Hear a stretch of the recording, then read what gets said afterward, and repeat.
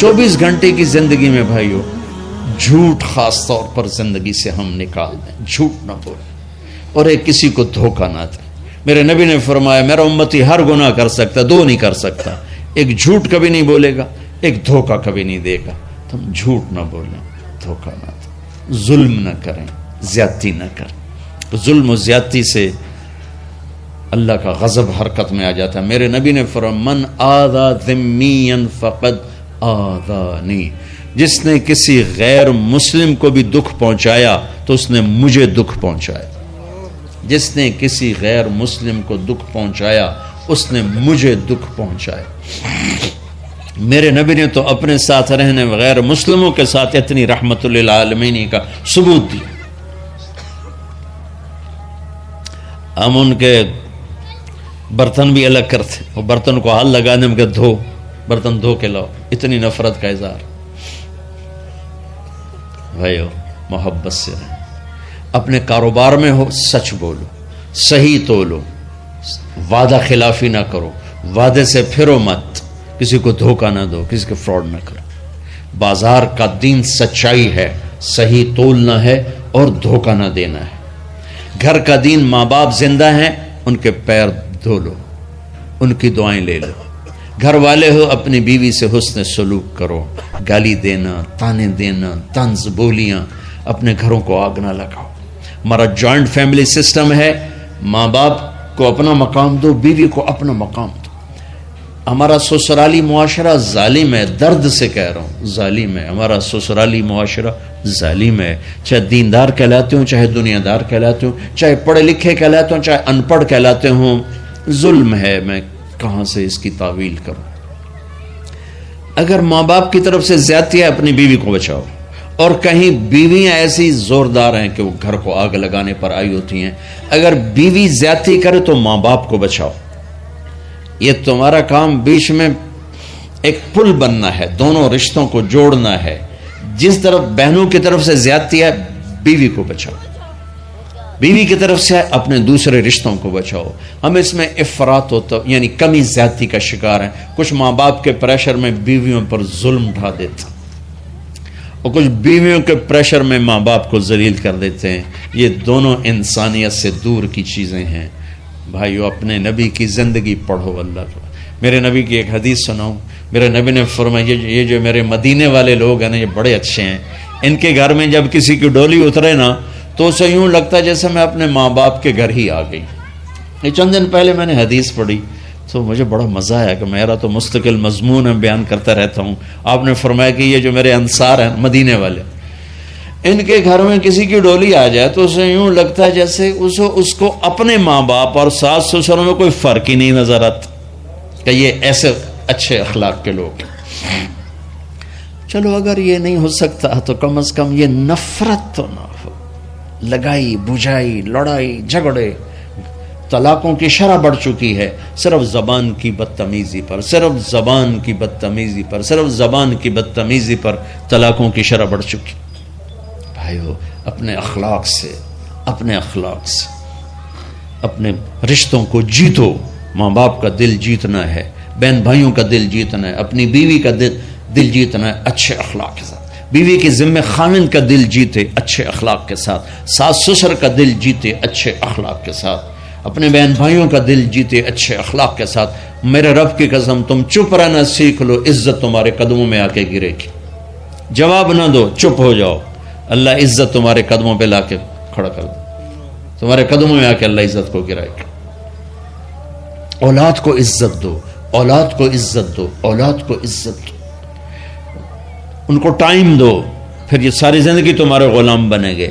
3 سال کے بچے کو اسکول میں دھکا دے دیا، آیا تو ٹیوشن والے کے پاس بھیج دیا اور خود اپنے مزے کیے، تو یہ اولاد کبھی تمہاری نہیں ہوگی۔ انہیں ٹائم دو اور اولاد کی خواہشات کا خیال کرو۔ ان پر ایسے ماں باپ ہونے کی ایسی دھونس مت جماؤ۔ آج کل اولاد نافرمان ہے، آدھا قصور ماں باپ کا ہے، آدھا اولاد کا ہے، کہ یہ وہ شفقت اور وہ محبت اور وہ ٹائم نہیں دیتے، اس سے آگے بات خراب ہو جاتی۔ اور ایک بڑا حساس موضوع ہے، رشتے ناتوں میں اولاد کی رعایت کرو۔ اپنی اولاد کی پسند ناپسند کا خیال کرو، ان پر مسلط مت کرو۔ اولاد سے کہتا ہوں کورٹ کی شادیاں نہ کرو، عشق معشوقی کی شادیاں نہ کرو، یہ 99.9% ناکام ہو جاتی ہیں۔ زندگی اور چیز ہے، عشق معشوقی اور چیز۔ اپنے ماں باپ کی دعائیں برکتیں لے کر شادی کرو۔ لیکن ماں باپ سے کہتا ہوں اگر کہیں بچی کہہ دے میں نے نہیں کرنی یہاں، تو اللہ کے واسطے اس کی رعایت کرو، اس کو گائے بھینس نہ بناؤ کہ جس قلے نال مرضی جا کے بن چھڈو۔ انسان ہے، جانور نہیں ہے، انسان ہے۔ زندگی جس نے گزارنی اس کی رعایت کرو، اس کی رعایت کرو۔ اولاد سے کہتا ہوں ایسے لو میرج اور گرل فرینڈ بوائے فرینڈ ہمارا کلچر نہیں ہے، یہ ہلاکت اور تباہی کا راستہ۔ میں قربان جاؤں میرے نبی کہ صاحبزادی جنت کی عورتوں کی سردار کا رشتہ آسمان پہ طے ہو چکا ہے کہ علی کے ساتھ کیا جائے گا۔ خبر آ چکی، جبریل آ چکے ہیں کہ یا رسول اللہ فاطمہ علی کے لیے ہے، اور حضرت علی رشتے کا پیغام لے کر آئے ہیں، اور آپ فرما رہے ہیں انشاءاللہ۔ ہاں نہیں کی کہ انشاءاللہ، ہاں تو ہو چکی ہے، انشاءاللہ ہاں کیوں نہیں کی؟ ہاں ہو چکی۔ آپ کو سبق سکھانے کے، ہمیں شریعت سکھانے کے گھر تشریف لے گئے، فاطمہ بیٹی علی کا رشتہ آیا ہے، ہاں کر دو۔ اللہ اکبر۔ جب جبریل آ کے بتا چکے ہیں کہ یہ رشتہ ہو چکا ہے آسمانوں پر، اللہ نے کہہ دیا ہے کہ فاطمہ علی کا کے ہاتھ میں دی جائے گی، پھر یہ کیوں پوچھ رہے ہیں بیٹی علی کا رشتہ آیا ہے، ہاں کر دوں؟ ہمیں سکھانے کی کہ کتنی بچیاں سسک کے زندگی گزار دیتی ہیں، ماں پیو زبردستی کر دیتے، کتنے بچے سسک کے زندگی گزار دیتے ہیں کہ ماں باپ زبردستی کر دیتے۔ بھائیو اللہ کے واسطے شریعت پڑھو، دین پڑھو، نبی کی زندگی پڑھو۔ حضرت فاطمہ رضی اللہ تعالیٰ عنہ کا انکار کرنا تھا، کیا خیر آج کل کی شریف بچی بیچاری چپ کر کے کہتی ٹھیک ہے جی میں ماں پیو دی مرضی۔ تو فاطمہ جیسی ہستی کوئی تصور کر سکتا ہے؟ کہیں گی نہیں، وہاں سے اقرار ہی تھا، لیکن ہمیں پیغام دینا تھا، سکھانا تھا کہ یا رسول اللہ جیسے آپ کی مرضی۔ علی جاؤ لوگوں کو بلاؤ، پھر لوگوں کو بلایا، پھر آپ نے نکاح پڑھایا، پھر رخصتی ہوئی، بلا کر آپ نے فاطمہ کا ہاتھ پکڑا اور یوں علی کے ہاتھ میں دے کر کہا علی تمہیں نبی کی بیٹی مبارک۔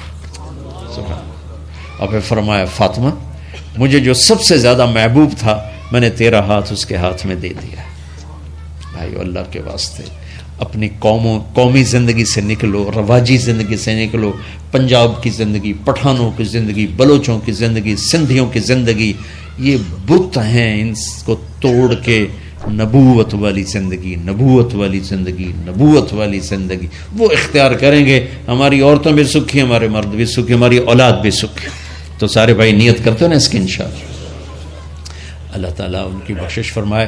تو آپ بھائیو ایک تو یہاں مرکز ہے اسماعیل، وہاں جایا کرو جمعرات کو، آپ کو فائدہ ہوگا۔ آپ کے پاس مسجد میں جماعت آ جائے ان کے ساتھ بیٹھا کرو، اس سے آپ کو انشاءاللہ فائدہ ہوگا۔ مہینے میں 3 دن جایا کرو، اس سے آپ کو انشاءاللہ راستہ ملے گا۔ اور دعا سے پہلے اگر کسی سے لڑے ہوئے ہو، مستورات میں کوئی کسی سے لڑی ہوئی ہے یا آپ کسی سے لڑے ہوئے ہو، تو کہ میں ہاتھ جوڑتا ہوں، مر جانے والی جگہ پہ کیا لڑائیاں، معاف کر دو، معاف کر دو، معاف کر دو، اللہ پہ چھوڑ دو۔ اپنے نبی کے ایک حدیث سنا کے دعا کرتے ہیں، آپ نے فرمایا مدینے والوں سے، مدینے والوں میرے بعد تمہیں تمہارا حق نہیں ملے گا، کیا کرو گے؟ کہا جی ہم تلوار اٹھائیں گے، حق لیں گے۔ آپ نے فرمایا اگر میں اس سے اچھی چیز بتاؤں کرو گے؟ کہا جی کیا؟ کہا حق کے لیے لڑائی نہ لڑنا، چھوڑ دینا اور حوض کوثر پہ آ جانا، سارے پورے کروا دوں۔